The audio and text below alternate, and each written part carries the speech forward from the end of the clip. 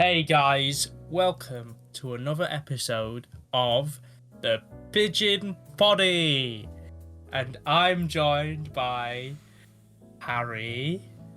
Hello. Again. And I'm Owen, but also there's another one who's also called Owen. Yay! And today we decided to watch some films, and they are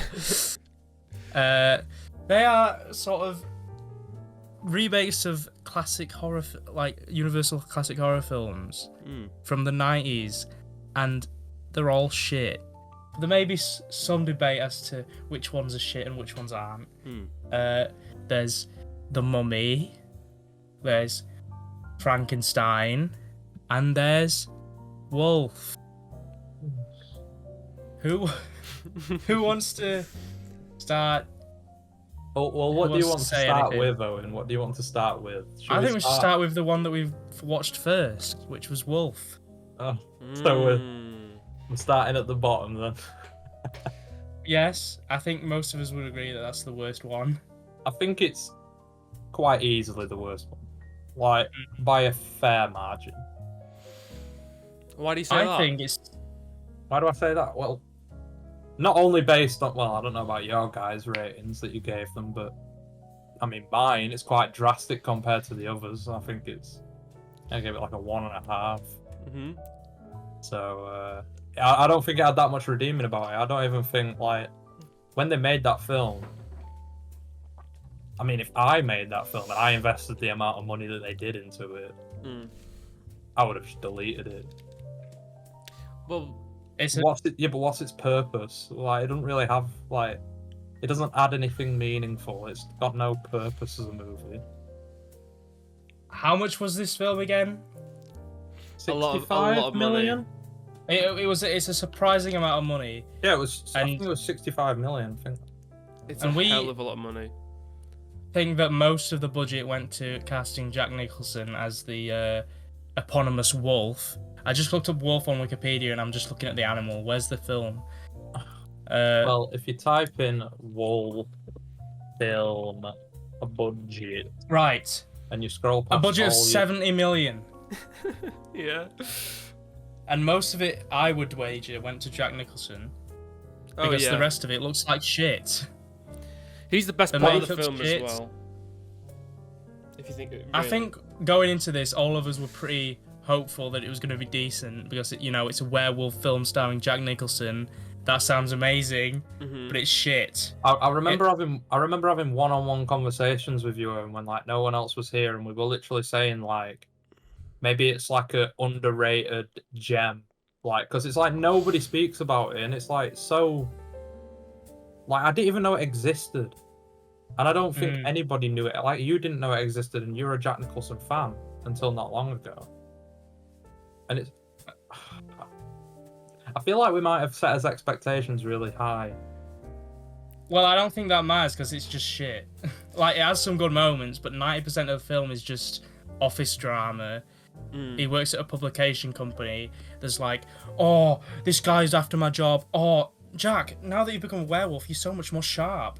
But there's like a little like 1% of the film that's actually like got some cool moments. Like, do you remember the moment where he runs out of his office and he realizes that he can hear everyone speaking? I thought that was a pretty cool moment.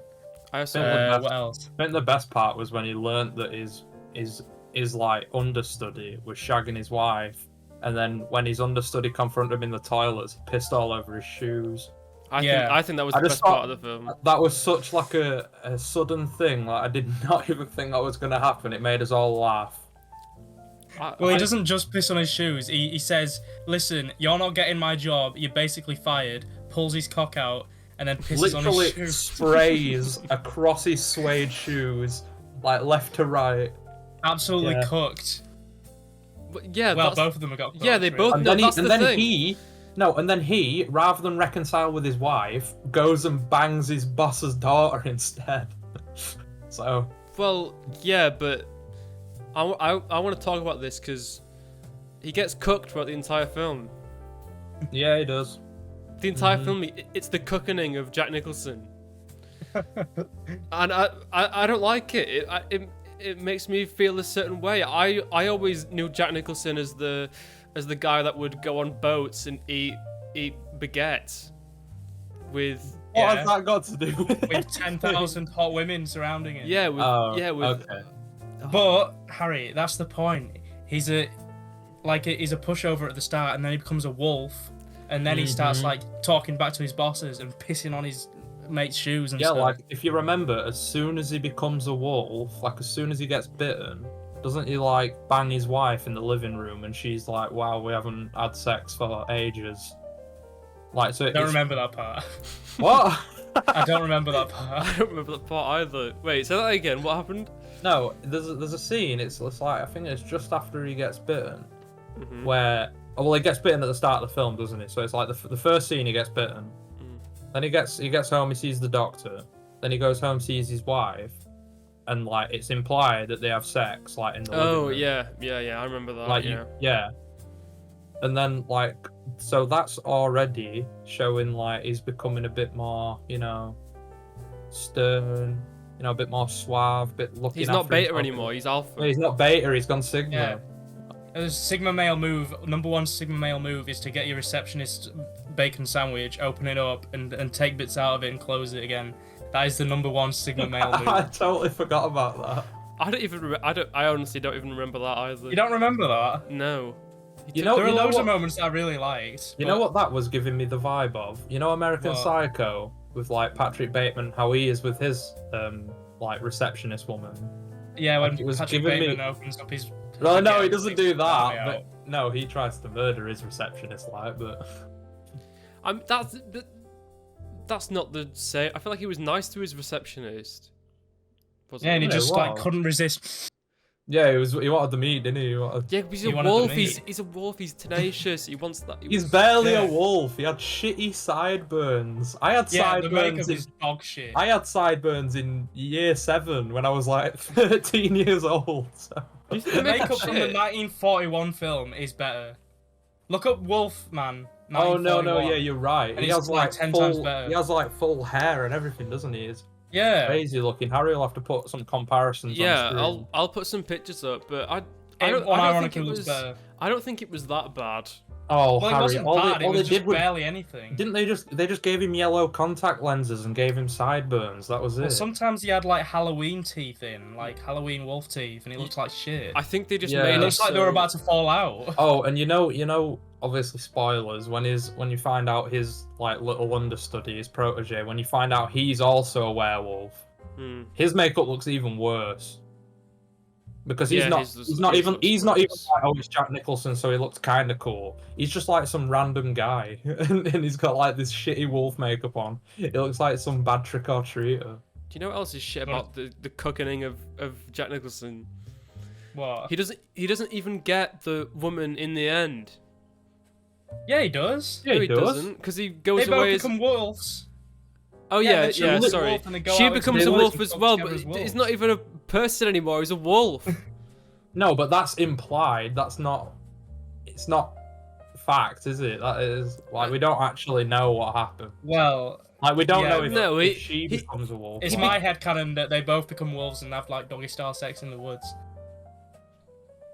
Well, I mean, if that's the case, then fair enough. But it just upset me watching Jack Nicholson get bullied for like an hour of that film. So he comes home from work. His wife's getting banged by this guy who's about to take his job. He loses his job, and this. No, he doesn't lose his job. Oh, he gets demoted. He basically resigns, doesn't he? Like, because then he tells his boss, "No, I'm not leaving." So it's like he has a mutual agreement with his boss that he's gonna leave. His boss fucking hates him. Yeah, his boss doesn't like him. Also, the guy that's banging his wife is so annoying. He's like this, like I wanted to punch his face for half the film. Do you remember talk more about him? Do you remember the scene where like you first see what he's become a werewolf when he's got the yellow eyes in the police station? Yeah. I swear down to God, that scene's so irritating. because he's just stood there being like this smug bastard because he's like banging his wife, and now he knows like, oh, he's a werewolf, and oh, I'm gonna fucking murder his new little girlfriend. Like, I swear down, I just wanted to punch him so bad. I think Do you want to talk about what he does when he gets to the house at the end? Well, when they both You fucking remember? when they both fucking jump 5,000 feet in the air and it looks like absolute shit. Mate, it was I'm like not there Morbius 2, The Reckoning, with all the slow-mo scenes of them jumping through the air. Oh my god. He has absolutely no connection to the like main girl. He drives up to the gates. The gate man says, "What are you doing here?" And he says, "I'm gonna shag that girl." Doesn't she look like a shag of the lifetime? Oh yeah. Plows through the gates. Doesn't she look like the fuck of and a then gets into lifetime? the stable and like pulls her, and he's about to bomb her. Yeah, he's trying to rape her. Yeah, he's trying to rape Trying to her. rape her. I was just we were all watching it. We were just like, what? Where did this come from? He's just raping her out of nowhere. It's not. He's got no connection to her at all. Zero. But now that I'm thinking about it, it's like Jack Nicholson is about to get cooked, and then he jumps over the fence and decooks himself. It's like he's had a character arc where he's no longer being cooked anymore because he jumps over the metaphorical barrier, which is also a fence, and he saves himself from being cooked for a second time. I don't even know what else to talk about this film. What did we talk about? By the way, Harry, I want you to put a comparison in of this because I thought about this. Do you know the wolf jumping? Yeah. Like how Jack Nicholson keeps like jumping around. It looks like in Cat in the Hat when the cat is jumping on the stage. Oh my god, yeah. It is the exact. That's what it looks exact like. same. Yeah. That is a weird comparison. It works though. Well, the action's throughout horrible. the film, I was like, "What does this look like?" And then afterwards, I thought, "It's Cat in the Hat." It just looks like Cat in the Hat. Yeah, the action in the film's like so shit. What action there is? There's literally nothing happens. Well, I'm more talking about like this end scene specifically because that's where right. it actually is or whatever. The film is 125 minutes long. It's 2 hours long.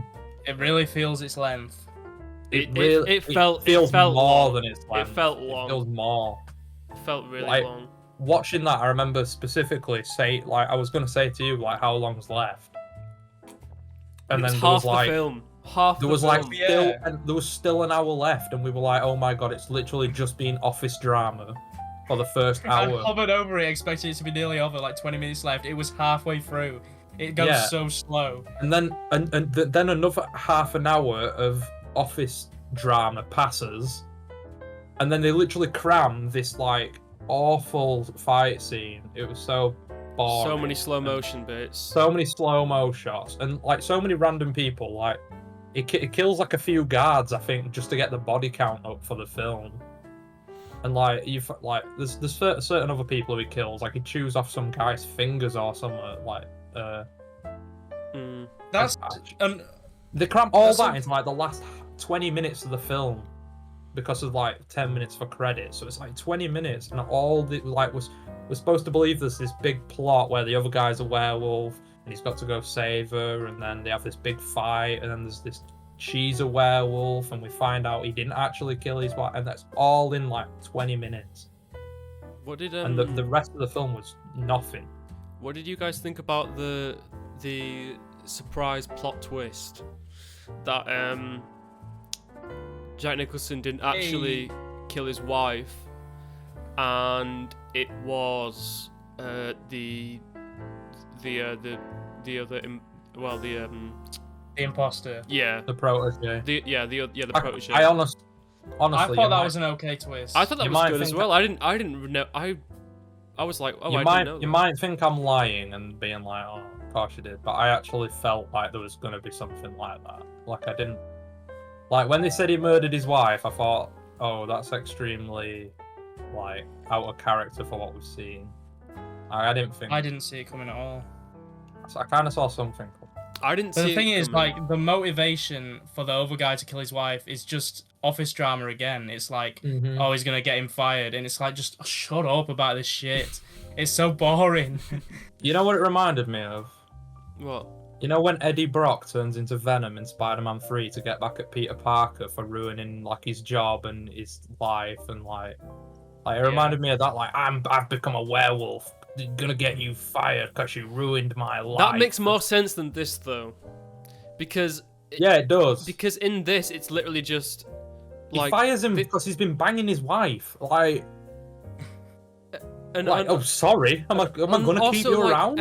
If I'm not mistaken, every other person at that job likes Jack Nicholson.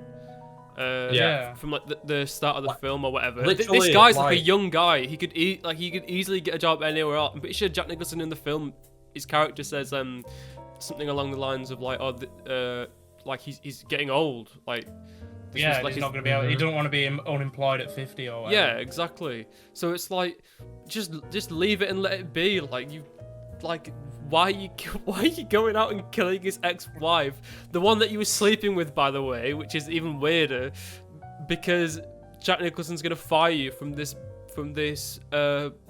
job as a what's the publicist. A publicist. Yeah, as a publicist. I just think he's a fucking arsehole. I hate him. I'm not a fan of that guy at all. Yeah, a lot of the reasoning behind a lot of the stuff that happens is like either really rushed or not explained well, and you just kind of led to think, well, I've got to suspend my disbelief and just accept it, I guess. What was everyone's favourite moment? Mine was when Jack Nicholson says, "PB&J is like mother's milk for me." Yeah. Why? That's a really specific moment. They have the date where they're eating jam sandwiches and it's just a complete awkward silence.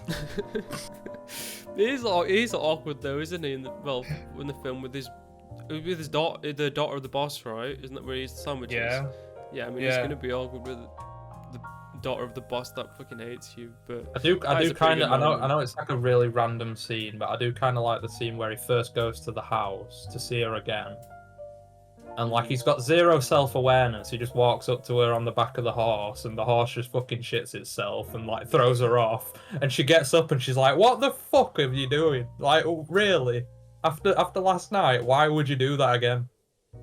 I like that scene. I like how she doesn't question why horses just have this. No, they do. Crazy. They acknowledge it when he's at that party. They literally just say, "Oh, you're just not an animal person." Little did they know he is an animal person. Yeah, literally. Good for Owen. But I do like that part as well. My favorite part has to be when he's just talking to the guy that banged his wife, and he in the toilets, and he pisses on his leg. I think that's by far the best. I think that's by far the best scene in the film. The way he talks to him as well is super condescending, talking about how he's really threatening towards him. I just like that scene a lot. I think that's my favorite. Yeah, scene. I feel like you'd see that scene in maybe a compilation of good moments in Jack Nicholson's career. That scene would be in a good film. But you'd literally not know what it was from, or you'd never heard of the film. Yeah, that scene's it's one great. of those. But that's literally like those certain little scenes and little bits of dialogue and stuff. That's the kind of reason why this probably spunked all the budget on Jack Nicholson. Yeah, he's good in the film. I don't think he did anything wrong. He didn't I didn't look at Jack Nicholson's performance and think I think of you any worse or you've devalued yourself at all. I think he did fine. No, I don't think it devalues him or anything like that. It's just a bit of a smudge on his career, isn't it? But then again, nobody knows about it. I don't think it is a smudge on his career, because if you watch the film, if you look at him specifically, I think he's good in it. But I think the rest of the film. To be fair, the reviews for it aren't terrible. What's the average on Letterboxd? 2.9. So that's not that bad actually. It's not a terrible film. It's just and the most common reviews a flat 3. Yeah, that's 33% of people. So that's 6 out of 10. That's not bad. Yeah, I think when you are right though. Definitely won't watch it again though. Yeah, it is. When you're right. then when you said it was boring. It's a really, really boring film. It's a real slog to get through. Like when we were watching it, there was a lot of times where we were just thinking, how long does this actually have left? Because it took a long time. I'm just gonna have a look. I think is it longer? Okay, it's longer than The Mummy. Is it longer than Frankenstein? Because I don't think Frankenstein. No, it's that not. long. It's not longer than Frankenstein. I don't think Frankenstein. Oh, it is. That long, It's though. longer by 2 minutes, so they're pretty much the same length. Yeah, Frankenstein pretty much flew by for me. All three of them are within 3 minutes of being the same length as each other, so it is comparable. And I don't think the other two felt as long as what this did. So before we move on to Frankenstein, unless you guys have anything else to say about Wolf. No. No. So I'll just give the ratings that we all gave it. So you two both gave it a 2 out of 5, and I gave it a 1.5 out of 5. So that's basically just summarising what we thought about the film in star ratings. But let's talk about the second film that we watched from the order. We watched what's the full title? Mary Shelley's Frankenstein. Mary Shelley's Frankenstein. Because it is the most honest adaptation of the Frankenstein book to ever come to cinema, which is not saying much. Who's that according to? Yeah, that's just on the Wikipedia page. That's what the Wikipedia page says.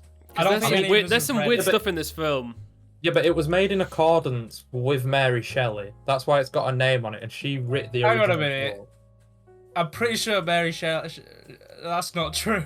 Well, it must have been. Mary Shelley's from like the 1800s. Yeah, but it must have been. It's been written in accordance with her book. That's what I'm saying. Oh, I thought you meant she was like in the. No, She co-signed it. Yeah, she co-wrote it. Yeah, she was like, "Yeah, this film's great. Let's just take it off." I've come back to life just to market it. But I think out of everyone here who liked it the most, Owen, you were by far the one that enjoyed it more than anyone else. So why don't you start talking about it? I enjoyed it quite a lot. Well, it's directed by Kenneth Branagh. He's a pretty good director. I think the film is very well acted, directed. It looks great. There's certain bits like in the blue house, the stairs that go up. I think that looks amazing. It's like, I think it's meant to be a callback to the 1931 Dracula. If you could put a comparison in, I'll tell you which scene. But yeah, I think it's great. There's a lot of parts that really stood out. It flew by. A great cast. It's got John Cleese, Kenneth Branagh, Helena Bonham Carter, Cornelius Fudge. You're missing one. Robert De Niro. As if you missed him off. Yeah, I know. I mean, it makes sense why you missed Robert. It makes sense why you missed Robert De Niro from the film, because Robert De Niro. Kenneth Branagh also stars. He directs it, and he's the protagonist. Much like I think probably all of his films. Pretty much. Yeah. Apart from Thor, he's not in Thor, is he? I don't think he's in Murder on the Orient Express either. He's Poirot in those films. He's the main guy. Yeah. Oh my god. Do you not know? No. He's actually a very well-known... Like, recently he's become massive, isn't he? Because he did Belfast, and that was like at the Oscars, and that was supposed to be really good. So that's like his most recent thing. This, though, is extremely different to anything. Like, I've watched Murder on the Orient Express, and obviously I think all three of us have seen Thor. I haven't seen Thor. I've seen Thor. It's not that good. The first one's not that good. It's not that good. And he does have some stinkers, like Artemis Fowl. Fowl. But this is so different. Like, it's weird, because it seems like it could have been directed by somebody else. I think originally Tim Burton directed it. Yeah, exactly. I was just about to say it has like a little sprinkle of like Tim Burton style, I think. I don't know why though. It's like a period drama, but not what? Because it's like gothic and it's got Helena Bonham Carter in it. It's got it's got Helena Bonham Carter in it. That helps. That's pretty much why. I don't. Speaking of that. Oh, sorry, I'm going. Well, I was just going to talk about how Helena Bonham Carter banged Kenneth Branagh on this film, didn't she? Mm-hmm. Like behind the scenes. Really? They She married? likes. Did Apparently, they she marry? likes banging her directors. No, I don't think they got married. But then, like a few years later in Planet of the Apes, she banged Tim Burton and got married to him. So apparently, she just likes sleeping with her directors. I didn't know did that. not know that. That's really interesting. Wow. How old is she now? She's 56 now. Damn, she's in a lot. She's in a lot of great. very good films, for though. 56. She's in a lot of good films. Yeah. We want to talk about. We were going to talk about why I missed out Robert De Niro from that list of the cast, even though he's top billed and he's like the most famous guy in it. Probably the most famous actor ever. He could literally be. Yeah. It could literally be played by anyone. Anyone. It's shit. Yeah, I Well, it's think not shit. He's playing the character of like. I actually think the casting of De Niro ruins it. No, I don't think it ruins it. Because you know how we were saying for Wolf, like if it didn't have Jack Nicholson, it'd be even worse. Like then it'd have no redeeming qualities. It'd be horrible if it didn't have Jack Nicholson. Yeah. This film doesn't need to blow all its budget on casting De Niro. Yeah, I agree Because with that. at the end of the day, at least in my opinion, I don't know about you guys, but I think casting Robert De Niro made them make the design choice that they had to make the monster talk quite often because they wanted to use his acting skills. And I think the monster talks way too much. Like the monster's philosophical. He's like Aristotle and Socrates. That is the worst part of the film. Yeah, there's a part where That is when the film takes a nosedive. Like, there's a point where they're in a cave. Like that whole scene, that whole ice scene cave is so strange. The monster who's only just learned how to talk, and he's learned how to talk from this little girl who is learning to read. Speaks He like Socrates. Sits there like fucking like a sociologist. Nietzsche. Yeah. Any sort of philosophist or anything like that. Like a Buddhist teacher, like saying, Frankenstein, you brought me to life. How are you? You're playing God and shit. Like, yeah, you are. You don't know nothing. Yeah. I guess I just thought maybe you could justify that by like he's got the genius guy's brain. Yeah, but Owen, like, and it's kind of like.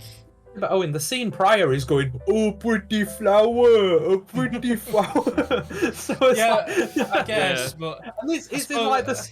This whole film takes place in like what, a week? I mean, there's not much time passes. I don't know. Because he comes to life, then the whole like they kill that woman because they think like, oh, they're the creators because they own the building. I'm guessing. Like, I think that's what was inferred. Like they hang that woman from the side of the castle, don't they? Yeah, I remember that. I can't remember why. And then... They do that. Oh no! They do that because they think she killed the little kid. Oh yeah, yeah. So he does all this, and then obviously he flees back to wherever, because it's set in Germany, isn't it? It's in Ingolstadt, I think, in Germany. Yeah, and then he goes back to Switzerland. He goes back to Switzerland. He's Frankenstein from Geneva. And the monster literally follows him. Like, so it can't. The space of time can't be that long. I love how there's that drone shot of the monster like walking across the snow. I was just about to say that. Yeah. The monster just like trudging across like thousands of miles to get to like this fucking place Yeah, when he can't even talk. I don't think that's that dumb though, because like he's a monster. He can't die. He don't feel like feelings. He doesn't. How does he know where Geneva is? But he doesn't get exhausted. Yeah, how does he know where he is? Yeah, that bit's not explained. Maybe it's like a neurological. Maybe he's got a secret link. map. Maybe it's a neurological link between creator and created. I don't know. Well, maybe it's just a big plot hole. Yeah, maybe. Yeah, maybe. I don't think this film would do. I don't think this film would have plot holes. That just. I feel like the film's like consistently good, and then just like at that part, there's this sag of just shit, and then it gets good again.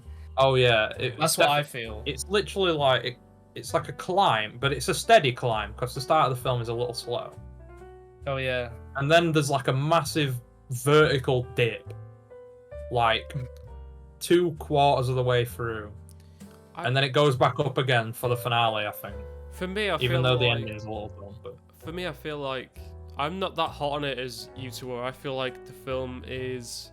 I don't think the film's great. I just think I appreciate it, I guess. I think that the entire thing's not great. And I think that the film's really average. And then I agree with you that it does take a nosedive when Frankenstein's monster starts talking about like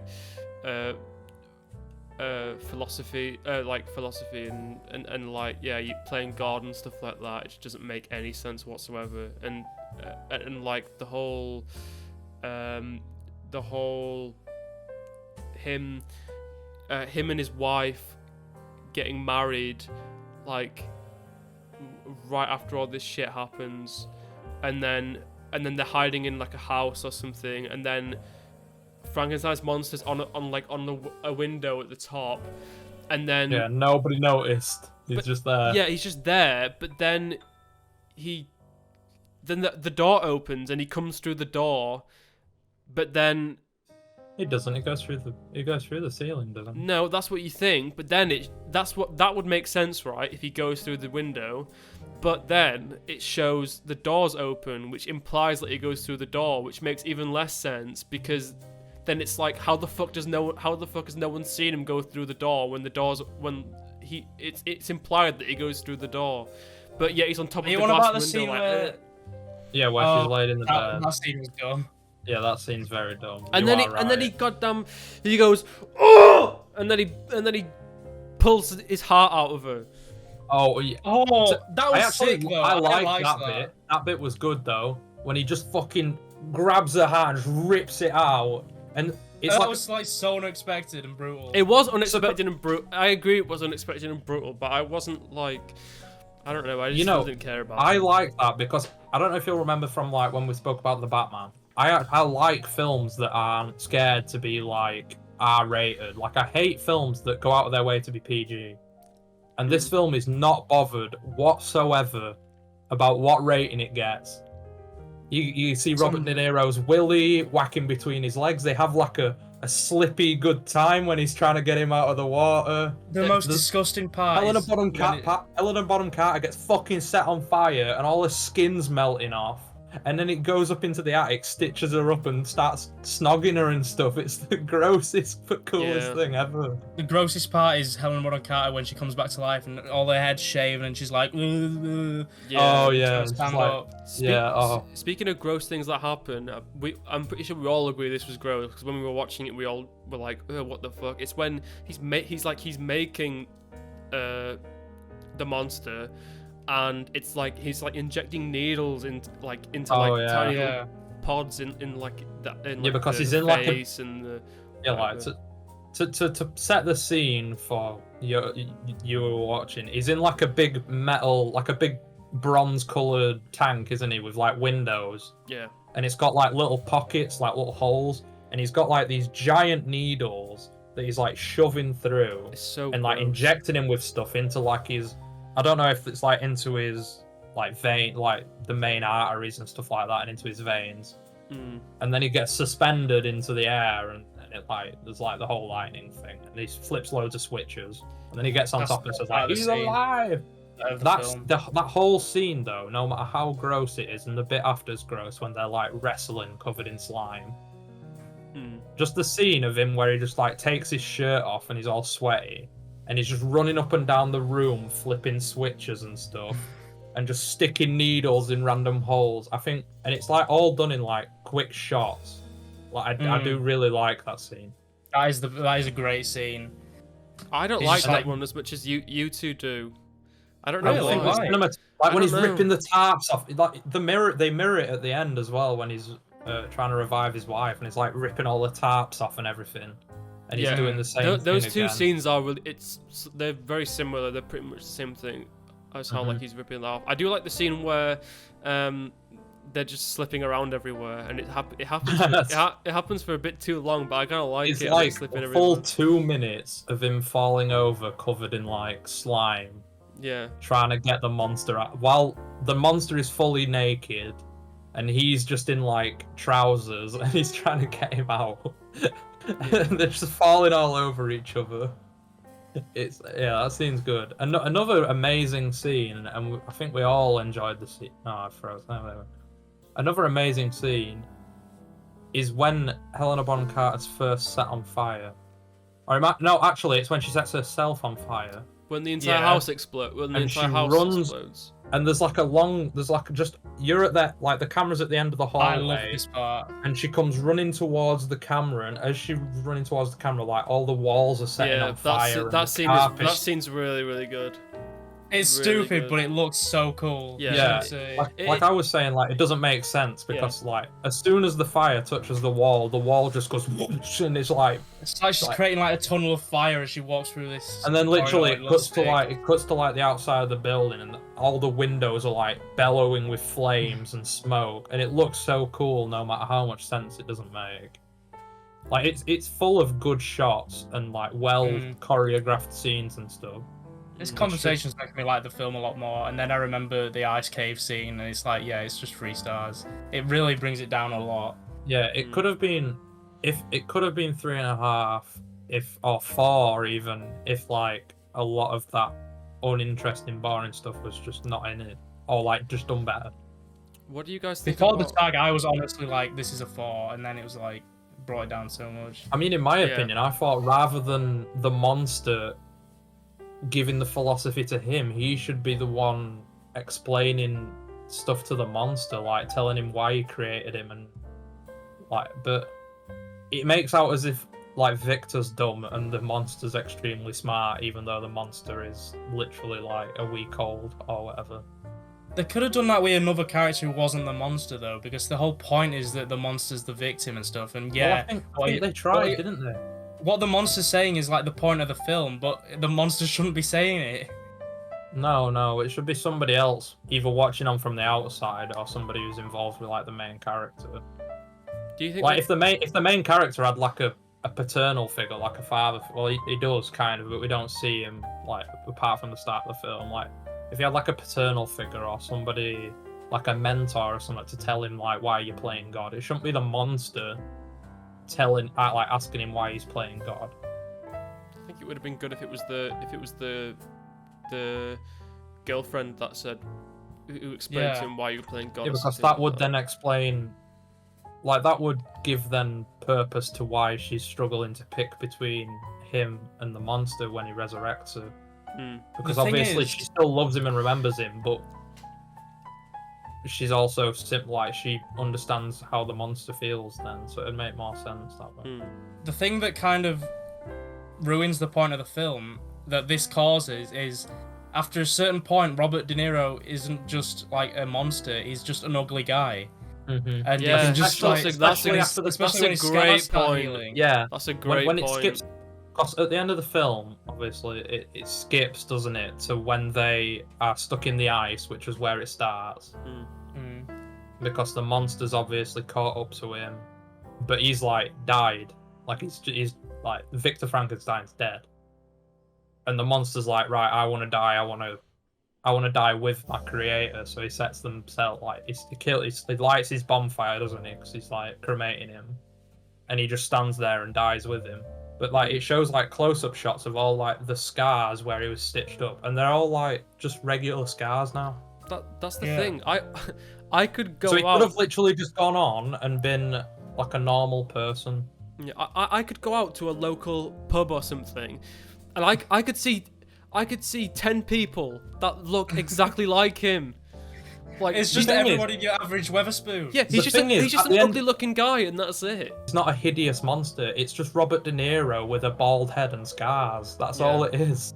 And he learns how to be a human and how to speak and walk and everything, and he learns philosophy within like 5 days. Yeah. So like there really isn't much of a problem, and it kind of just ruins the point of the story. Do you guys think? Sorry, what were you saying?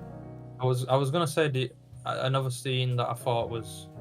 A scene I thought was quite good and quite somewhat impactful. I don't think much of this film was impactful, but you know when he's watching the family, like he's living in the little stables at the side of this family home, isn't he? Like he sneaks into the stables to eat the pig's food. Yeah. And then he sneaks, and like he observes like the little girl who's learning how to read, and he learns how to read, and like they leave him flowers because he's the kind spirit of the forest that did all their chores for them.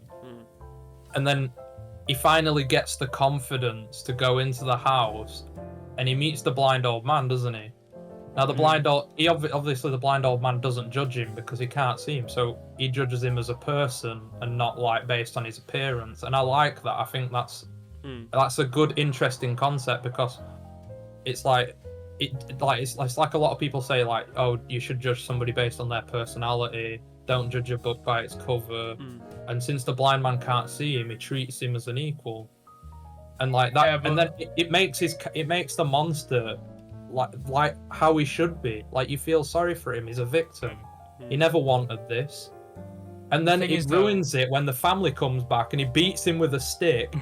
And then the little girl dies. He burns the fucking house down, and then it's boom. I'm gonna go kill Victor Frankenstein and marry his wife. I'm gonna go speak philosophy in a cave. I was getting excited for the blind man scene, because you can't really give that as a good thing of this film, because that blind man scene, I think it's in the books, and it's definitely I know it's in Bride of Frankenstein, except it's done way better because the family don't instantly come in and beat him with a stick. He doesn't burn down the house and go and kill Frankenstein. Yeah, he probably has like a good conversation with the old man. He stays with the old man for like a few days, and that's how he learns to talk. And he learns to talk like he learns the word like friend, and that's pretty much all he knows. Yeah, like, I like that about the monster though, that like you sympathize with him because he's this big hulking monster, but he's got like the brain of an infant, and he's an idiot. He doesn't know his own strength. We should definitely watch the originals at some point. I think we'll do a sequel episode to this, likely that we'll do the 3 that these are based on. And we'll probably end up liking those more. What do you guys think that they successfully made the monster sympathetic at the end of the film, when the film's said and done and it's finished? Because I feel like they failed on that. The monster was an I think the monster was an asshole. Like he was an asshole. Especially with him trying to get that wife and trying to bang her on the body. Like he's just an ass. No, the monster is totally unlikable. I can think of numerous scenes where he's just an asshole. Yeah. Especially because he's smart, which makes it worse. Like if he was a dumb fucking idiot who wanted a wife, it'd be different maybe. But he's actually like a guy who can speak, and he's like, I want a wife, give me a wife. Like I'll paint the picture, right? He goes to Victor's house, says to Victor, right, I'll leave you alone and I'll disappear, but I want a wife who's like me. So out of all the people he goes and digs up the woman who's literally just died, who's like a close, is she like a relation to Victor's wife? It's his sister, isn't it? No, I think it's his sister. What, his actual blood sister? I think so. Because Helena Bonham Carter's his adopted sister. It's either that or his kid. I thought it was like a maiden or something. I thought it was like a maiden or something like that. Yeah, I think that was it. Either way, she's like tightly connected to his family. Yeah. And the monster goes out of his way, and it's kind of like an insult at him, like, I want fucking her, and I want it to hurt you. Like, and then obviously he says, like, no, it's not happening. And Victor actually grows some balls and just says no. And then it ends up being his wife. And it's like, the monster is like, no, I want your wife. Like, I don't want you to be happy. Yeah. I want to bang your wife. Like, he's just unlikable. It makes the scientist into the more sympathetic good guy who you're rooting for, which is not the point. Weird. And you know what? He also, like, physically grabs his wife. Like, you know, when she's being converted, and he's, like, pulling her towards him, like, no, you're coming with me. I'm having you. You're my wife. And it's like, wow, it's supposed to be the opposite way around. Victor's supposed to be the one who you're supposed to dislike. And you find yourself rooting for him because the monster's so dislikable. This is why. I mean, the only thing Victor does wrong is actually makes the monster. That's it. He doesn't do anything else wrong. And the whole purpose of why he makes the monster is there's goodwill behind why he's doing it. It's not as if he's like trying to. Well, he wants evil to intentions behind what he's doing. Yeah, he wants to impress the other scientists who say he's like an idiot and like say it's impossible. Well, it's not even. It's not even about just impressing them. It's more. He's trying to prove all his doubters wrong, and he's trying to prove to himself that he can do it. He's trying to further medical. Yeah. medicines and things and like he and thinks he's such. doing a good thing because he thinks like obviously if I can create Taking a cure for life, death. yeah, it's like a Yeah, cure he's for curing death. death, which is, I mean, And obviously that's- the philosophy behind it is it's like, 100% immoral. the philosophy behind it is it's immoral. Is it moral to play God? And obviously, like a lot of people would say no, some people would say yes, but like this film makes you think like the only reason, like you shouldn't agree with him because what he's done is wrong, but you do agree with him because the monster he creates is so dislikable. For me, Because Even though it's Robert De Niro. he's not even like innocent or like sweet or kind-hearted or like he is to start with, but then he just develops. yeah, into he is a at first, fucker. and then it goes big, Yeah. big spiral down or whatever. But for me, the thing that really ruins the film for me anyway, and I don't know if I've missed something. So if I sound like an idiot and it sounds like I've taken something differently, then tell me. But for me, like the very end of the film, where it's like they're sort of like father and son, and they're really like, they're Yeah, like he's decided he forgives him. And yeah, like can we remember what this guy did? He why I don't get why they like each other at all, and I don't. Maybe I'm missing something, but he killed his he it killed influenced the death of his wife. Yeah, the death of his wife. He committed arson on his entire like. Yeah, well, I all guess property, it wasn't. like Was it him? his That's, family. Yeah, it was his family's. Well, no, but he It was the wife who put the oil he set on. he set the actions in motion, didn't he? Yeah, he set the actions in motion. Like he could have literally, right? When Victor goes back to Switzerland, he could have gone anywhere. He could have left, but he chooses to go back. Like, why are they okay with each other now? And why is Victor like, oh, I'm gonna go back on this tiny bit of ice and sit with him and we're gonna die together there. No, Victor's dead, Harry. Wait, what? Why? Wait, what happens? Victor dies on the ship. What happens at the very end? On the very end? Oh yeah. Wait, what happens at the end of the thing? I can't remember. My head's gone blank. I can't tell you why he's there in the ice for what reason or whatever. But Victor dies, and they have a funeral for him, and then the ice breaks, and the monster swims over to Victor to make sure he gets properly cremated and stays on the thing with him. God, I cannot remember this at all. For some reason I thought what. And it still doesn't make sense because I thought the monster hated him. Why does the monster want to die with him? Yeah, I don't get it. But that. Well, I think the monster just wants to die in general. Yeah, maybe. Yeah. I get that he kind of ruined his life by giving him a life. Yeah, Like, that's he the point. Well, but even then though, like we talked But about then he before, ruined his life in return. So, like we talked about before, his scars. He looks like Yeah. an ugly guy now, so his life isn't Yeah, ruined. exactly. If Which we're just talking ruins about it. if we're talking about his life like 2 days after being reanimated and he's the monster, then yeah, that's fair enough. But like actually- years down the line, he literally looks just like a guy who got, let's say, We're a guy who got talking into a really about- bad accident or something. I think Yeah. I do. When he first becomes the monster, it tries its best to make you feel bad for him because it says, like he disowns him, doesn't he? He doesn't want anything to do with him. He runs away from him. He tries fighting him off, doesn't he? And like he writes in his journal that his creation's dead and that he just tries to forget about him. So I can understand like at that point why the monster's upset. But like it must be years down the line that this like the final scene's set. Because like all his scars are like properly fully healed and everything. I think Like it is like quite far down the line. I don't know exactly, but yeah. I don't understand why he holds this massive grudge against him. Like I understand why he wants to die, but I don't understand the connection. Maybe people who are massive Frankenstein aficionados will maybe those know why. Frankenstein stans could tell us. Like maybe in like Frankenstein 7 there was something where they had like a link in their brains where they're always connected or something. I don't know. Yeah.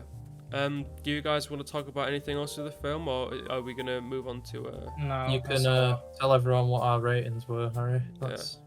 So, oh my gosh! Wait, before we go into ratings, I forgot about something. Incest. Oh, Harry, it's not incest, man. It's Look, I know it's weird. It's basically incest. No, it's it's not. It depends where. Okay, Helena Bonham Carter and Kenneth Branagh are siblings, but she was adopted. She was adopted into his family, so they're not blood. No, but okay. If, in my opinion, if you're calling someone brother or sister and you're having sexual relations with them, that is, especially in the family home. Because they're living family home. in the family home. And I think it'd be a problem if they didn't say, "Oh, brother or sister." Yeah, exactly. Yeah. It's the exact same. Like they don't thing. refer to each other as husband and wife. They refer to each other as brother and sister. Exactly. It's the exact same thing as other films do this. Like the Part 3 of The Godfather does it as well. It's just this weird shit where directors just want incest in their films. I don't understand why certain directors want incest in their films. And she could have literally been the daughter of another rich family. They did not have to be related. They lean into it as well. They lean into it so much. Like what Owen said before. They mention it so many times. They repeatedly say brother and sister. They always do it. And also they send letters to each other when they're far apart or whatever, and she hides it from them, which is fair enough because they know it's weird, right? But then I can't remember if there is something in the film of this, but when they are like, oh, let's get married or whatever, I don't remember anyone finding it weird at all. No. Which is really... Well, it was Victorian time. Yeah, you've got to think though, Harry, that's the film's set in a certain time period where, like, even our royal family in England, there's been, if you go incest, through history, incest galore, loads of incest. Like 100 years ago, there was probably shitloads of incest. There's probably even incest today. Okay. Elizabeth and Philip were like cousins. Okay. Yeah, exactly. Okay, and that's fair. That's fair. But I do agree with you. It doesn't have to be so egregious and in your face. Like, it doesn't have to be a thing. That's fair. But if that's the case, then why is she like snooping around with these letters and like not like going to It's like they couldn't decide what they wanted to do with it, really. Do you know what I mean? Like she's like trying to hide it from everyone, but then yet they're so boisterous about wanting to have a wedding as soon as possible or whatever, and then they do have that wedding. Just have incest fetishes. Yeah, maybe Kenneth Branagh likes incest. Yeah, maybe. Okay, let's. That was the last thing I wanted to. The reason why it's all over the front page, are like, never mind. Go on, carry on. The Mummy. Wait, let me. Well, I'm gonna give us ratings first. Yeah, let's just give the ratings first. I gave it 2-star, just half a star up from the Wolf. Owen, you gave it 2.5. Half a star up from Wolf. Yeah, and then last but not least, you gave it 3 stars, Owen. So you obviously I gave it 3 stars. Yeah, and obviously that stupid cave scene put it down way too much for you. But you know what? I see what you mean. You know, after we spoke about it now, I feel like 3's more of a like It was definitely better than half a star better than Wolf. It's hard to rate, I think. Yeah, it's very... The cinematography, casting, like the costumes, the actual acting... Costumes are great, especially the monsters. The settings and all, like, the what are they called? Set pieces. The sets and all the set pieces. Amazing. Yeah, there's a few little bits of bad CGI, but... You know, it came out in 94. Power Rangers effects. Yeah, it came out in 94, so... It's literally just the smallest minor... It's like the plot is just the bad thing about it. And that's like... It's weird, because it's a movie. So... Yeah. Well, like, you can't give it more than 3, I guess. Well, the last film that we watched... a film that we actually watched yesterday, so it's fresh in our minds, very fresh in our minds. It's starting to leave a bit. Yeah, maybe for some people. That was The Mummy. Directed by Stephen Sommers. That's how you pronounce the name. So, I guess... Owen likes it more than any of us. So, yeah, so Owen, how about you begin? Because you rated it much higher than us, so let's see what your opinions are on the... Right, so I've probably already established throughout other episodes that I do like dumb, kind of Disney Channel humour, and sometimes I find bad acting to be a good thing, and I think it can complement certain movies. And I know you guys are very critical, and I love comedy, and like you little contrarians, but I mean, you've got to think, I agree with like the majority of, I mean, my rating's a bit more than what the majority would rate it, but I mean, I'm quite in line with the average. The Mummy was obviously made to be a competitor to Indiana Jones, and I think it does that well. I don't think it's too egregious. Yeah, the CGI is absolutely awful, and I don't remember it being that bad. It reminds me of Scooby-Doo. But I think the characters are good. I think obviously the settings, it's Egypt, it looks nice. Like a lot of the stuff where it's not using CGI looks good. Like the costumes are decent. It's like your typical 1920s style outfits. Cinematography is pretty good. Yeah, the cinematography is pretty good. There's some good shots. There's some good action scenes.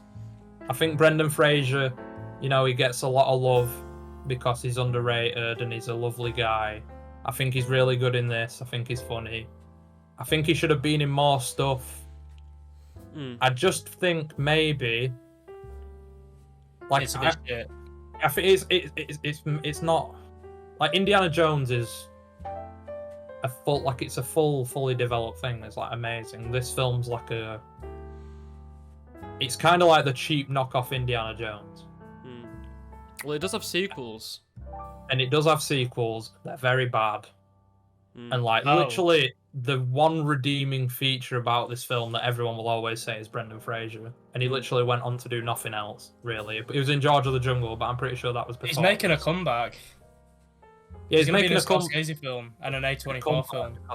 Because everybody's like, he's like what are they called? Like, he's like a lovable guy. He's like a big softie, basically, and everyone likes that about him. I know you guys, you especially, when you come out with these harsh words like, it's shit. But you are a very harsh critic. Brendan Fraser. You're a very harsh critic. I don't expect anything else from you. Well, it was just kind of boring. I know you switched off towards the end. I think we've all kind of switched off towards it was the end, like, apart from you. Well, it was like 2 a.m. So. Yeah. I mean, I went to bed at like 5. and we did have like we had a struggle actually starting to watch it. Yeah, we did, because someone... we're going to talk about this. So, yeah, let's talk about it. Yeah, we are. Let's put you on blast, Owen. I think the reason why the reason why you disliked the film so much is because throughout literally nearly the entire runtime, it was soured by the fact that you kept playing noises over like the first half an hour of the film. And we were trying to watch it. Oh wait! That's literally the first like 10 seconds. And it got towards the end, and you felt the need whenever you got bored to start playing sound effects.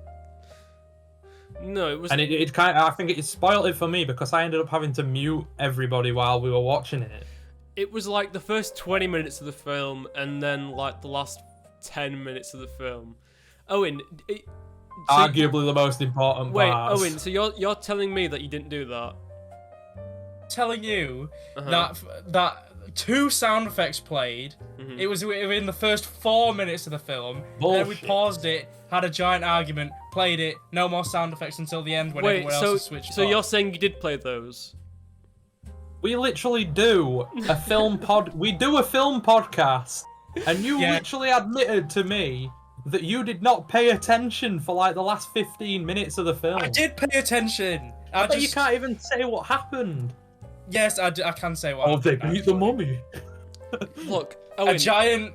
Yeah, go on. Give us a synopsis of what happens in the film. This is the finale of The Mummy. A giant cloud of sand comes out. A giant face comes out of it. Imhotep's like, ooh. the wife kisses him. They go into the temple. They bring some soldiers to life, and then a blue ghost comes and takes Imhotep's soul and makes him mortal. And oh then my god, you're totally dies. forgetting the entire part where, what's his name? Jonathan's reading from the book of Akhman Ra, and he's Who speaking the fuck in is Jonathan? the brother, Oh, and he's speaking in ancient Egyptian tongue to control like control these Akhman Ra's soldiers that Imhotep's controlling with the other book, with the evil book. And like, and then there's like the cool scene where it shoots like the shadow of them fucking like murdering him, which kind of mirrors the start where his wife gets murdered and we see the silhouettes. Also, Owen, you fucking arsehole, right? Yeah, you, because, right, not only were you playing those sounds, but you were like, oh Harry, the Rock's in this film, oh, he's gonna be so great in it, I can't wait for to see the Rock. I was like, that was him! Was that you?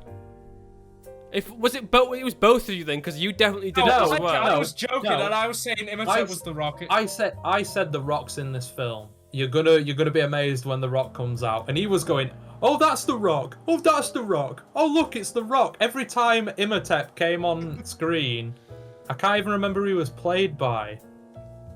Arnold Vosloo. Every time Arnold Vosloo's character Imhotep would come on screen, just because he's a bald guy and he had like, well, he was wearing like an Egyptian outfit, but Owen would go, oh, look, it's the Rock. Oh, look, the Rock. The Rock is in it. He's there. Like, yeah, I was like, I'm trying to watch this film thinking, oh my god, I'm going to strangle him if he doesn't shut up. I was like, where is he? I want to see the Rock. And he wasn't there.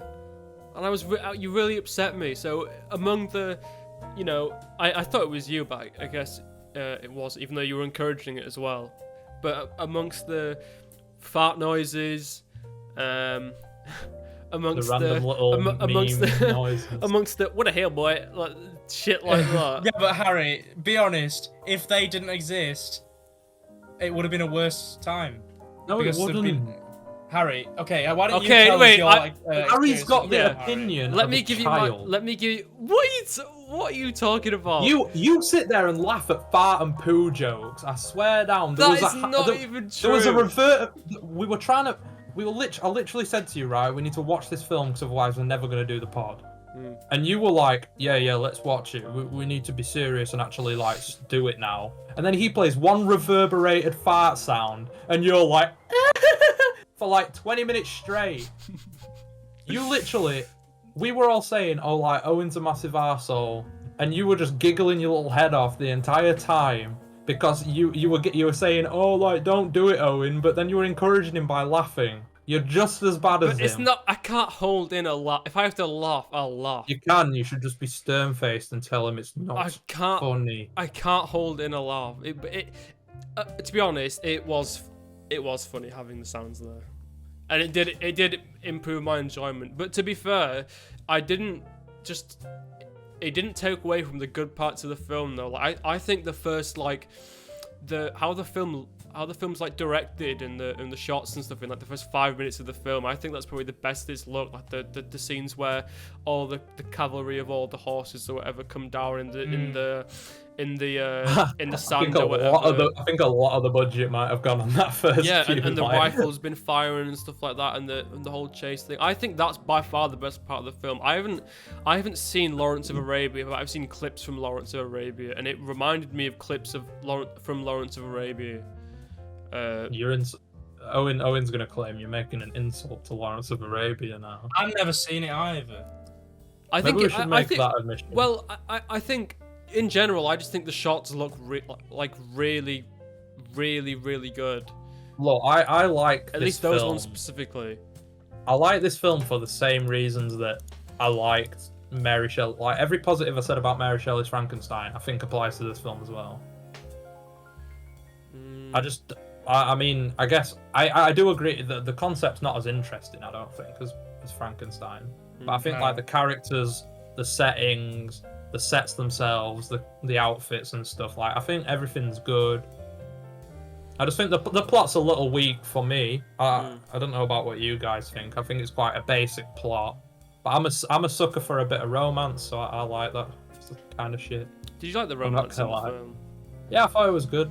Even though sometimes it seemed a little forced because they'd only known each other. I thought it did seem quite forced. They'd only known each other for a few hours, and he was like, "Oh, I'm a big buff American," and she was like, "Oh, I'm a little British girl, and I love big American chads." British girl. It's just like the classic, like quirky little like British girl, like, "Oi, oi, I'm gonna dig up some fucking stones, mate." And he loves that. I just want to point out the fact that we were watching it, and Harry went, "Antiques." So Harry can't even read. And then Harry was going, "Oh, why is she so interested in all these artifacts? Maybe because she works in an antiquities building, Harry. Jesus Christ. She's an Egyptologist. Literally. Okay, I'll defend myself here. Like, the most questionable thing you could think of was, why is she so interested in all this stuff? I don't remember saying that. And the second thing is, when I can read, actually, but when the thing popped up on screen, it was like you could barely read it, right? And I thought it said antiques, and then it zoomed in. Oh fucking hell! I just blinded myself. And, it's okay. And then when it zooms in, then you were like, "Oh, how are you so stupid?" It obviously says whatever it said, and I was and that you upset me actually. So I'm just gonna But, we upset you by insulting your yeah, you insulted my ability. intelligence, and I don't appreciate that. So, all right, fair enough. Harry, why don't you tell us your overall thoughts in the film? Okay, so going from start to end, I'll say what I like and don't like about the film. Like I said before, I like that first like 5 minutes of it, about how it's shot and stuff. I like that. I think it's very boring. I think it is. I think it's a really boring film that doesn't have a lot of anything to it. It just reminds me a bit of like I'm trying to think off the top of my head like of like a film specifically, but like a lot of those token films that you'll see released in the cinema that actually has The Rock in it or something. Well, interestingly, it's kind of like the other two films we watched, where I think it is. I think all three of the films have extremely weak plots, and it makes them boring. I think. Yeah, you're right about that. I think every film is really similar. To be honest, if you asked me on a different day, I think this is the best of the three, but not by only by like a slim margin. And really, and I also think that if you asked me on another day, I could go as far as to maybe put Wolf above the two of them, because I think Jack Nicholson's was the best character out of all three of the films. I think this film proves, though, why the other two didn't have to cast such big name actors. Like this film obviously had some big names in Hollywood at the time, but nobody as big as like Jack Nicholson and Robert De Niro, and obviously like Kevin, what's his name, Kevin Branagh. Kenneth Branagh. Kenneth Branagh and Michelle Pfeffier is in Wolf. Pfeffier. Pfeiffer. Michelle Pfeiffer. Michelle Pfeiffer. There you go. Pfeffier. I can't read either. I can't read either. There you go. That's a lot harder to read though than Antiquities. But yeah, like I think I actually really like this film. We'll get onto ratings when we finish, but I think this film is easily the best of the three because I think this film is actually likable. Like it's much more. I think it leans heavily into being a comedy. A lot of the scenes, like you could, if you like the humor, you'll find them funny. Like I know a lot because obviously we watched it with Tom, and Tom was saying, "Oh, like Disney Channel, that's the kind of humor it's doing." What parts did you think that were funny about it though? Because from me watching it, there weren't many parts particularly that I was watching. I was like, "This is funny." It kind of just the linked. fat Arabic guy at the start, isn't it? Yeah, there's the fat Arabic guy, and there's also like I do like the scenes where I can't remember the character's name, but he's like the guy who's helping Imhotep. I'm not good with names. Benny. I can never. Benny, that's his name. Hmm. I like the scenes where him and like Brendan Fraser's character Rick are like going at it because he's like a. I like the bits where they were going against each other, and I like the little quirky back and forth they'd have. And it is basically the entire reason why I find the film funny is because of Brendan Fraser's character. I do like that. Go on, Owen. And I do like Jonathan as well, the brother. I think he's interesting. Well, he's not interesting, but I find his character decent. The main three are all right. I actually think the woman's the weakest of the three of them. In fact, I think the woman might. No, I disagree with that completely. I think the woman might be the weakest, one of the weakest characters out of the cast. I don't. I guess I'll talk about that later. But I do agree with you that I do like the one thing that stands out in my head that I did find funny was the part where they jump out the boat and they're going through the river and all of them are on. It's not even that funny, but I think it's kind of charming. Yeah, when they're all on one side of the river, and then just those three on the other side of the river. And he's shouting across the river and telling him that, saying like, oh, we've got all these horses and that, and he's like, well, at least we're on the right side of the river. Yeah, I think I do like that bit, but when it comes to the fact I can't remember his name, so I'm just gonna call him the fat guy. But yeah, I don't remember his name. His name's Brian. Yeah, Brian. I think his name is Gad. Gad. Yeah. Okay, so yeah, Gad. He's basically just the comic relief character. It's like the token. I don't think it's funny though, because it's just like token fat guy humor, and it reminds me a lot of it's like a slightly less egregious Paul Blart Mall Cop, or something like that. That's how I see it. He does die off. He does die off relatively fast though. Yeah, he does as well, and how he just bashes his head into a thing after a beetle crawls under his skin or whatever. But I think the implied thing is like the beetle's in his head and he just smashes his head off a wall, but it kills him. Yeah, so I think the humor's not that great. I can't think of many times in the film where. Or any time in the film where I was actually laughing at anything that happened. So, yeah, I wasn't a big fan of that. But yeah. Do you guys like? So obviously I rated it highly because I'm a bit more generous as well as I actually like the film. I think it's good. I actually prefer it to a fair few of the Indiana Jones films.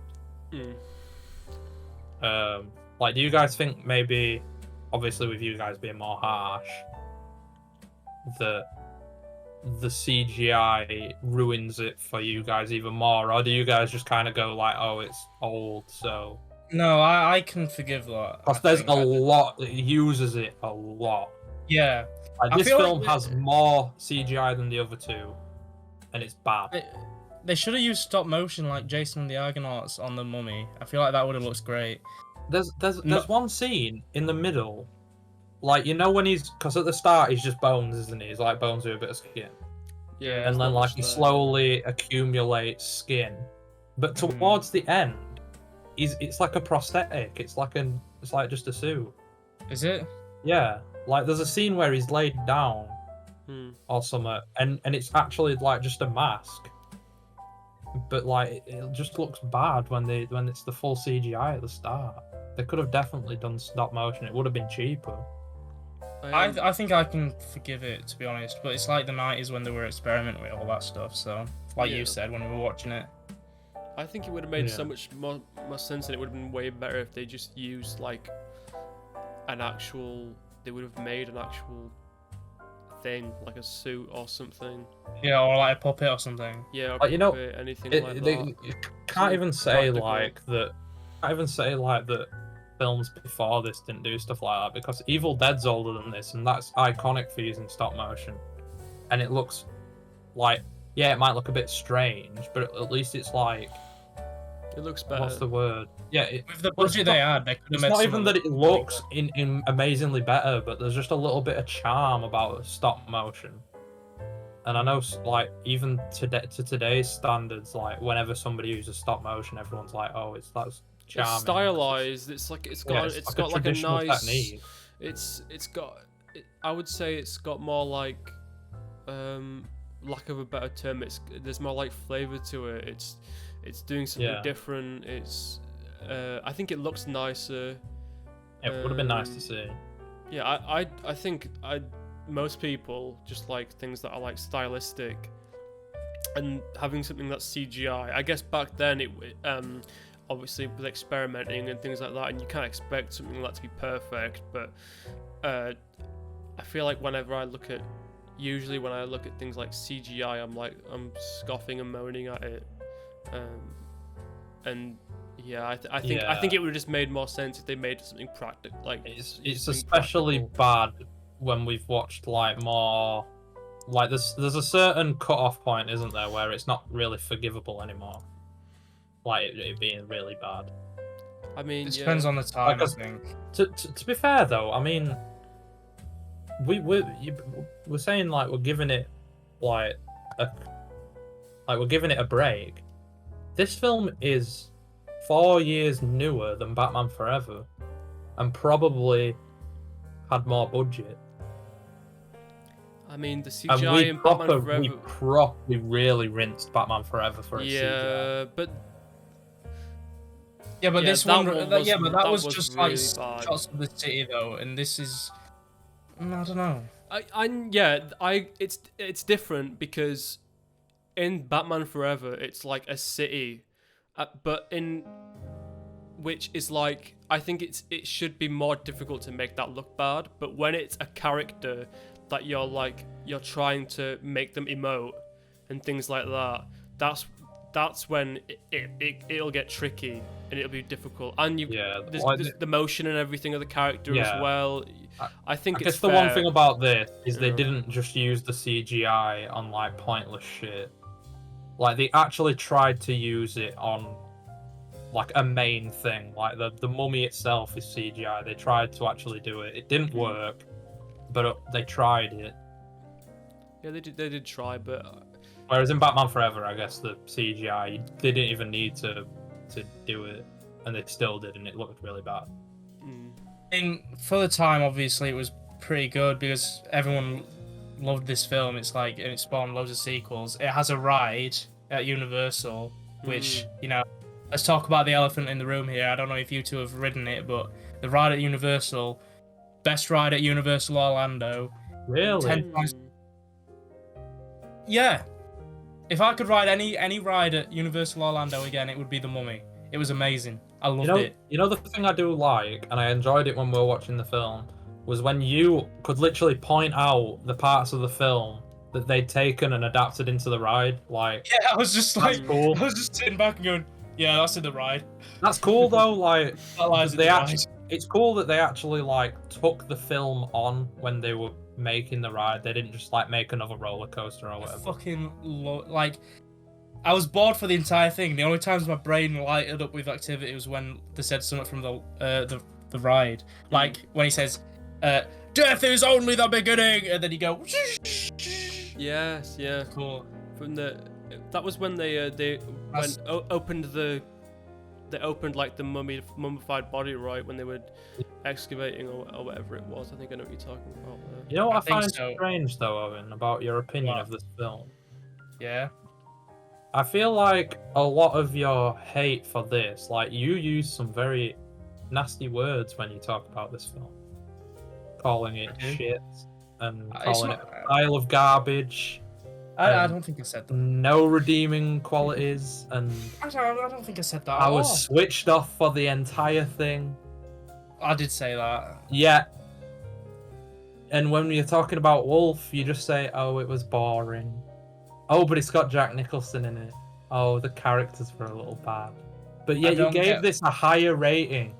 No, because I just think this is like average. You speak so much more badly about this film than you do Wolf, and yet you rated this one higher. I don't think I do. I think I've barely said anything because what I think is there's not really to say. The thing is it's like I like, this is usually how these podcasts go. I like it, you don't like it, and he's just indifferent because he just listens to us argue about it.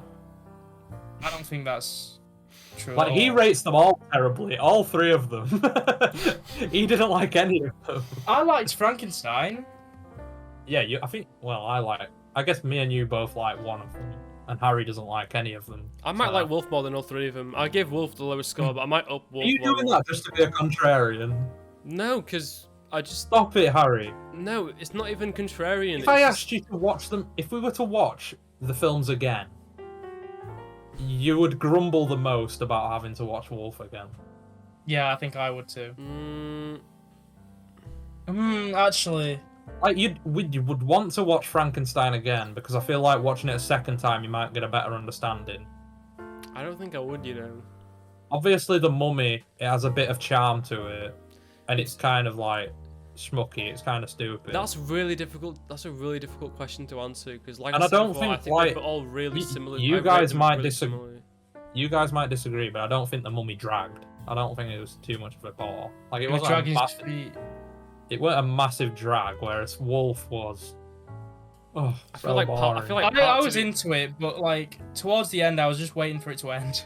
Yeah. Like the best And, part like, of when- Wolf is the end part, and it's also the worst part.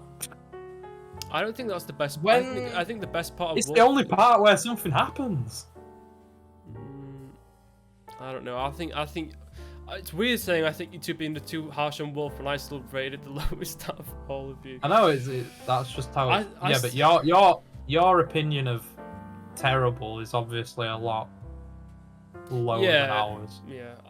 For terrible, Like, you're the least generous out of all of them. Terrible's like Outcast. That is Shark Tale. maybe Shark Tale. Yeah, Don't say that. Spy Kids. Yeah, I like Spy Shark Tale. Kids. Thank you for Spy Kids is reminding me. not Spy terrible. Kids is so. Yeah, so like- you think they're terrible. Terrible to Owen is like Free Guy and G-Force and I also think Pixel. Free Guy sucks. Owen doesn't like cringy stuff. You don't like just things that everybody says is bad. That is so not true. True. It is. No, it's You You gave just- Free Guy the same score as me. no. Yeah, you guys. Wait, yeah, but like I said, you hold on you a just don't minute. like You cringy stuff. said that when we did the Free Guy thing, you were like, well, the majority of people like Free Guy, so I don't know what you guys are talking They about. do. So technically, I'm a contrarian. I'm not what. I don't think you everyone's should be saying. admitting that, Harry. Why? You don't want to be a well, I guess maybe you do. I love being. I've a noticed contrarian. something. It's good to be a contrarian on some things, I think. Yeah. I've noticed something, and I think it's very telling. What? Now we've been discussing The Mummy, we've barely talked about the actual film, and I think that's because there's not really much to say. It's just a boring Yeah, ass it's just a film. good film. It's just a good It's just film. a boring ass film. It a is good quite. film. It is quite boring. It's It just was a good average. film. And once again, you guys are just contrarians for the sake of it. I gave it a 2.5. What I did you gave give it a 4. I gave it. I gave it a 2. Does anyone want to say anything else about it at all? I think. I mean, I just like it. I just like it. I think it's fun. It reminds me of childhood. Yeah, I have a bit of nostalgia for it, but I've watched it numerous times as an adult, and I still enjoy it. Interesting. So. Nostalgia. Interesting. Nostalgia's Oh, one I hell of a love Toy drug. Story. I love Toy Story. Me. Mate, I never. You guys have got nostalgia for like Toy Story and stuff. I never watched it. Yeah, as but a it's kid. still No, good. Yeah, but no. That's the exact same thing I've just said, and you No, mocked it's me not. for it. No, it's not. I never watched I never watched Toy Story as a kid. I watched it for the first No. time a few months ago. Thought it was shit. No, that doesn't work on me though, because No, it doesn't work on you. I pointed at him. Oh, on my screen, when you point that way, it's me. Oh well, there then. Yeah, but okay, if you're not talking about me, then that's fine. But No, I'm talking about him because he has. you did he it again. Always, It's me. Oh, that way. This side, him. Yeah. He's always saying like, "Oh, Owen, you just base all your opinions on nostalgia. You only love certain films because you're nostalgic about them." Yet this man loves half of the Disney fucking films because he watched them when he was 6. This man loves Spy Kids because he watched it once when he was 7. All right, let's Let's get into film recommendations. get to the Rex. I want to go first. Wait, can I? I Oh, wanna can go I? first, Can I go please. first, Owen? Okay, you can go. Okay. Right, we're gonna play the guessing game again. Yeah, you know what? Guess. I don't think you'll get what film I want to pick. I'm not gonna guess yet, am I? You haven't given us any hint. Oh right, yeah, okay. So this film, I'll give you three clues. Let's make a little game out of this. I'll give you 3 clues, and after the 3 clues, you guess. Okay. Okay. It's a film that I loved as a child. I haven't seen it in many a year. Valiant. And no, I don't know what the film is. Oh, it's a film about birds. It's a bit of a film about pigeons. It is. And that would be a good rec. It would be, wouldn't it? It's not. Unless you're wrecking it. And the third thing is. Whoa. The second hint was I haven't watched it in years, and the first hint was I loved it as a kid. Those are the same hint. That's not necessarily true. I could have liked it. Okay, do you want to give you? Okay, let's merge Yes, those. yes, please. Let's merge those into one. Okay. Second hint. The cast are mainly like a young. Okay. I think I know what it is. And I think I know what it is. And the third thing is it's. What can I say for the third thing? It's like a superhero film. Oh. Kind of. I was gonna say Bugsy Malone. I was gonna say Shark Boy and Lava Girl. It's Shark Boy and Lava Girl. Oh well. Congratulations, Owen. You got it right. I've never seen it. You've never seen it? I've never seen it. Okay. This is gonna be a pretty consistent episode, I think, because my film is a film that we've mentioned in all 3 of the episodes so far. Oh my god, I'm so happy you're wrecking this. It's Spy Kids. Why you put your glasses on? Spy Kids. I can't. You know, I cannot wait for us to watch Spy Kids and me to hack away at it. Love it. And you will love it. And prove to you that not only No. is Shark Boy and Lava Girl better, right? Not only you're gonna realize that Shark Boy and Lava Girl is better, but not just that, you're gonna realize that Spy Kids is shit. It is fucking horrible. Spy Kids is really and I good. can't wait for you to be proven wrong. You haven't seen Spy Spy Kids Kids. You haven't seen Spy Kids in what did you say? 11 years. I cannot Sorry, wait. you said in your No, hints that I you haven't cannot seen wait. Shark Boy and Lava Girl in ages. Yeah, I haven't seen it in ages as well, but okay, maybe Shark Boy and Lava Girl is bad, maybe. And maybe it might, I doubt it, but maybe it might be worse than Spy Kids, but it doesn't matter because you're gonna see it with your very own eyes. I'm gonna be watching you, we're gonna be in the call watching it together, and you're gonna find out that Spy Kids is not what you remember it being when you were 10 years old. Harry, he's done it multiple times, right? He made me and Ryan watch Lemony Snicket's series of unfortunate events, and he told us going into it, oh, I loved it as a kid. Oh, it's amazing. His review on Letterboxd was like a 4 or 4.5. After we'd watched it, it was down to like a fucking 3 or something. Like, I cannot wait. I cannot wait for us to watch Spy Kids and listen to your reaction when. Oh my god, I'm so happy you recommended Spy Kids. Thank you, Owen. I'm so happy. You know what? Just for some poetic consistency, my recommendation is also a film I loved as a kid, and I used to watch it every night before bed. Oh, okay. And I'm interested in this. What is I this? would say it's a film that has a cast of good actors, but there aren't actually that many humans in it. It's a film also about animals. Wait, I don't Over the Hedge or something. Specifically domesticated animals that you would keep in your home. Owen owns one, and me and you own the other. Owen actually owns both. Oh, yeah. Wait. I need to say what the animals are, Owen. Wait, what are the animals? Cats and dogs. Oh, okay. Yeah, I don't mind that. That's okay. Okay. That's not that bad. How did you get that from? What did Owen say that made you get that? Because Owen always talks about how he loves cats and dogs too, kitty galore. Oh, Yeah, so but we're watching the first one. We're gonna watch the first one. Okay, we'll watch the first one. Wait, why not if you like the second one, we should watch the second one. No, No, because because you we won't won't understand understand it. You won't We won't understand. Oh, is it like you actually You won't have to watch understand the deep lore, Harry. You won't get it. So you actually have to watch the first one to understand the second one? Yeah. Oh wow. I do remember that that's true. I do actually remember that that's true because there's Yeah. a recurring character in the second I one. think there's a few recurring characters actually. Oh right, okay. Well, so next episode, Shark Boy, Lava Girl, the original Spy Kids, and Cats and That Dogs. should be a good episode. That sounds like Jeez. It's gonna be a hell Spy of Kids time. reboot soon as well. It's like we're already doing the movies from our childhood episode, but we've just done it as Rex. Looks like we have. But Owen, do you want to sign us off since you started us? All right. Well, it's that time again, folks. Another episode of the Pod Pie has come to a close. What a day. As Harvey Price once said, "Oh, what a day." To talk about films. See ya. Bye. Adios.